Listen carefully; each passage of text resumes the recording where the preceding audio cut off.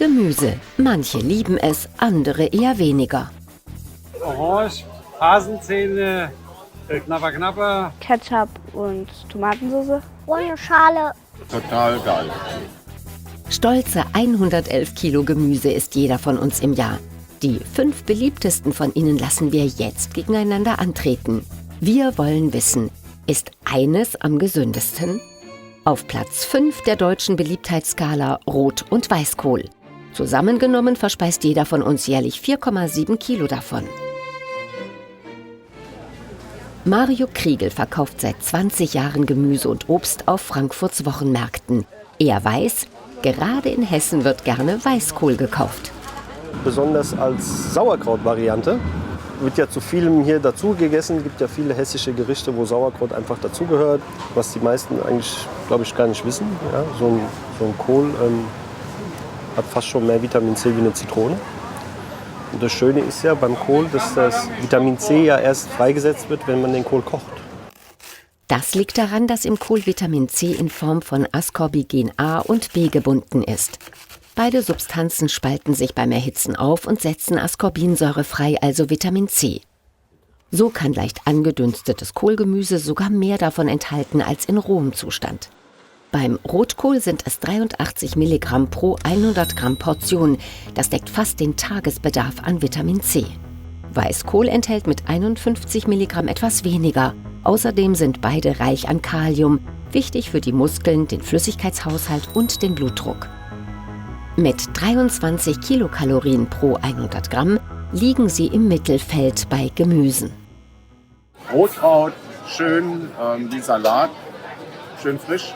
Viel besser als der Eisbergsalat. Total geil. Ich esse Kohl total gern roh, aber leider muss man davon immer pupsen. Warum ist das so? Stefan Lokowski ist Professor für Ernährungswissenschaften an der Uni Jena. Das grundsätzliche Problem ist, dass alle ballaststoffreichen Lebensmittel, wenn wir sie in größeren Mengen verzehren, Blähungen verursachen. Das sind Faserstoffe, die in den Lebensmitteln drin sind, die für uns unverdaulich sind, die gelangen in den Darm und die Darmbakterien machen dann entsprechende Gase aus diesen Faserstoffen und das bereitet uns dann körperliche Schwierigkeiten, es entstehen Blähungen. Und was beim Kohl noch hinzukommt, ist, es riecht auch unangenehm, weil im Kohl schwefelhaltige Verbindungen sind. Zusammen mit Gewürzen wie Kümmel oder Anis angebraten, kann das die Verdauungsprobleme etwas lindern. Und dann gibt's ja auch noch fertiges Rotkraut. Schön aus dem Glas, plopp, das Ding geht auf und einfach schon fertig. Klar, allerdings hat Rotkohl aus dem Glas oder der Dose auch viel mehr Kalorien. In einer 700 Gramm Portion können schon mal 77 Gramm Zucker stecken. Das sind umgerechnet 25 Stück Würfelzucker. Dann mal weiter mit der nächsten Kandidatin. 7,5 Kilo Gurken futtert jeder von uns pro Jahr. Damit liegt sie auf Platz 4 im Pro-Kopf-Konsum. Natürlich ist die Gurke ein Lebensmittel, das viele wichtige Nährstoffe enthält. Kalium, Magnesium beispielsweise, auch viele B-Vitamine, Vitamin C, sogar ein bisschen Beta-Carotin ist drin. Aber es ist eben halt auch ein Lebensmittel, das viel Wasser enthält. Dementsprechend ist es auch mit der Sättigung nicht ganz so lang anhaltend. Dafür ist sie mit nur 12 Kilokalorien pro 100 Gramm das kalorienärmste Gemüse. Und sie enthält relativ viel Schwefel, knapp 11 Milligramm pro 100 Gramm. Wegen des Schwefels können Gurken auch entzündungshemmend gegen leichte Hautunreinheiten wirken. Wenn ich an Gurke denke, denke ich an lecker und Schulhof, Frühstückspause. Mit Schale. Genau, denn direkt unter der Gurkenschale sitzen die meisten Vitamine. Und nun die Nummer 3 auf der Beliebtheitsskala. Man liebt sie oder hasst sie. 9 Kilo Zwiebeln verspeist jeder von uns im Jahr. Es gibt sie als Gemüsezwiebel, rote und weiße Zwiebel, Silberzwiebel oder Schalotte. Doch was verbirgt sich Gesundes hinter all den Schalen? Was wir tatsächlich in Studien am Menschen sehen, in sogenannten Beobachtungsstudien, ist, dass ein hoher Verzehr von Gemüse allgemein und von bestimmten Lauchgemüsen, zu denen die Zwiebel gehört, eben entsprechend mit einem verminderten Auftreten von Erkrankungen wie Herz-Kreislauf-Erkrankungen und auch Krebs assoziiert ist. Es kommt vielleicht auch seltener zu Infektionen. Es steckt also einiges unter der Schale. Auch erstaunlich viele Kalorien. Durchschnittlich 40 Kilokalorien pro 100 Gramm. Je milder die Zwiebel, desto mehr sind drin. Außerdem enthält die Zwiebel viele Ballaststoffe. 2,7 Gramm auf 100 Gramm. Und eine weitere Besonderheit, das Allicin.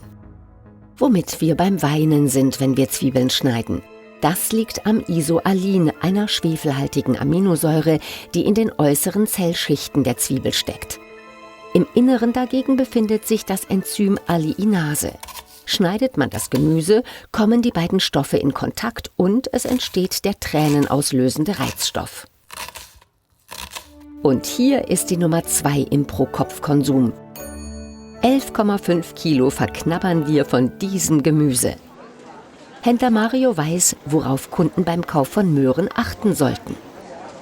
Wichtig wäre, wenn man Karotten mit Grün kauft, dass man das Grün zügig entfernt, weil es entzieht der Karotte das Wasser und die Karotte wird schnell trocken und schrumpelig. Es gibt mittlerweile immer mehr Leute, die aus dem Grün Pesto machen oder Smoothie machen, aber ich denke, das ist Geschmackssache. Also man muss es auf jeden Fall nicht wegschmeißen.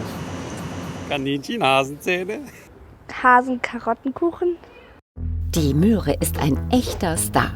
Mit 24 Kilokalorien liegt sie zwar nur im Mittelfeld, aber 320 Milligramm Kalium und 3,1 Gramm Ballaststoffe auf 100 Gramm bringen sie weit nach vorn. Ganz wesentlich, die Möhre enthält Beta-Carotin. Beta-Carotin ist ein Provitamin, das wir mit der Nahrung aufnehmen können und dann im Körper zum Vitamin A umwandeln. Und das Vitamin A brauchen wir für verschiedene Prozesse im Körper, unter anderem für den Sehprozess. Da wirkt es als Chromophor im Auge und entsprechend ein Mangel an Vitamin A führt zur sogenannten Nachtblindheit. Dementsprechend müssen wir regelmäßig Vitamin A essen. Übrigens, je kräftiger die Farbe, desto höher der Gehalt an Beta-Carotin. Schon 2 Karotten reichen aus, um den Tagesbedarf eines Erwachsenen an Vitamin A zu decken. Allerdings muss die Möhre dafür mit Fett gegessen werden. Nur so kann der Körper das fettlösliche Vitamin aufnehmen. Und die Nummer 1 ist beim Verzehr mit weitem Abstand die Tomate. 31,3 Kilo verspeisen wir davon jährlich pro Kopf. Allerdings gehören da auch die verarbeiteten Tomaten dazu. Und was ist nun drin in der roten Frucht? Einerseits viel Wasser. Tomaten bestehen zu fast 94% daraus. Dafür haben sie auch nur 17 Kilokalorien je 100 Gramm. Und sie punkten ebenfalls mit sehr viel Kalium. Vor allem aber haben Tomaten einen Inhaltsstoff, der sie so besonders macht. Eine ganz wesentliche Komponente ist das sogenannte Lykopen. Auch hier ein sekundärer Pflanzenstoff, von dem wir in verschiedenen Beobachtungsstudien sehen, dass ein hoher Verzehr häufig mit einer besseren Herz-Kreislauf-Gesundheit assoziiert ist. Offiziell sind fast 4000 verschiedene Tomaten im sogenannten Sortenregister erfasst. Aber Experten gehen davon aus, dass es bis zu 10.000 unterschiedliche Sorten gibt. Wie sie am besten lange frisch und genießbar bleiben, weiß der Gemüsehändler.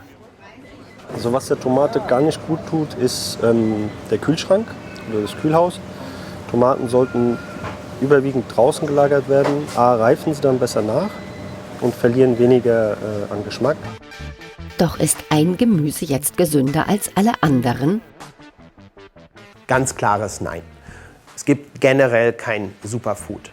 Denn nur gemeinsam sind sie richtig stark und liefern, was wir für unsere Gesundheit brauchen. Wir haben weniger Krebserkrankungen, wir sterben seltener an Krebs, wir haben weniger Herz-Kreislauf-Erkrankungen, weniger Darmerkrankungen, weniger Infektionen und weniger Diabetes. Also alles das, was gerade in unserer Gesellschaft, in der westlichen Gesellschaft uns Probleme bereitet, die Haupttodesursachen treten seltener auf, wenn wir ausgewogen essen. Also ran ans Grünzeug, egal welches.